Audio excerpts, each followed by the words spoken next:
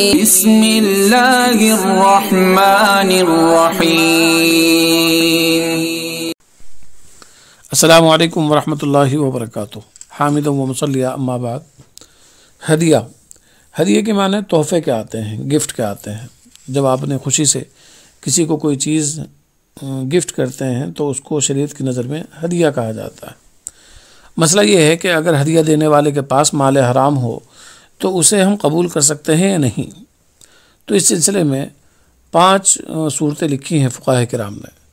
پہلی صورت تو یہ ہے کہ اگر گفٹ دینے والے کا پورا ذریعہ آمدنی حرام ہے، یعنی اس کے پاس صرف آمدنی حرام کمائی کی ہے، تو ایسے شخص کا تحفہ قبول کرنا جائز نہیں ہے۔ دوسری صورت، اگر اس کی آمدنی کا غالب حصہ حرام ہے اور اس بات کی وضاحت نہ ہو کہ ہدیے میں جو مال دیا جا رہا ہے وہ حرام ہے یا حلال، تو بھی اس کا قبول کرنا جائز نہیں ہوگا۔ گویا کہ غالب کا اعتبار کیا جائے گا، یعنی مال کے اکثر حصے کا اعتبار کیا جائے گا۔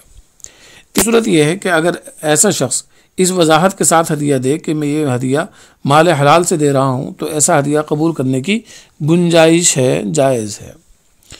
چوتھی صورت، اگر کسی کی آمدنی کا غالب حصہ حلال ہے لیکن وہ حرام بھی کماتا ہے، تو ہدیے کے بارے میں وضاحت نہ ہو کہ یہ مال حلال ہے یا حرام، تو بھی ایسے شخص کا ہدیہ قبول کرنے کی گنجائش ہے۔ گویا کہ یہاں پر بھی اعتبار جو کیا جائے گا وہ غالب آمدنی کا کیا جائے گا۔ پانچویں صورت، اگر ایسے شخص کے ہدیے کے بارے میں معلوم ہو جائے کہ یہ مال حرام سے ہے، تو پھر اس ہدیے کا قبول کرنا جائز نہیں ہوگا۔ والسلام علیکم ورحمۃ اللہ وبرکاتہ۔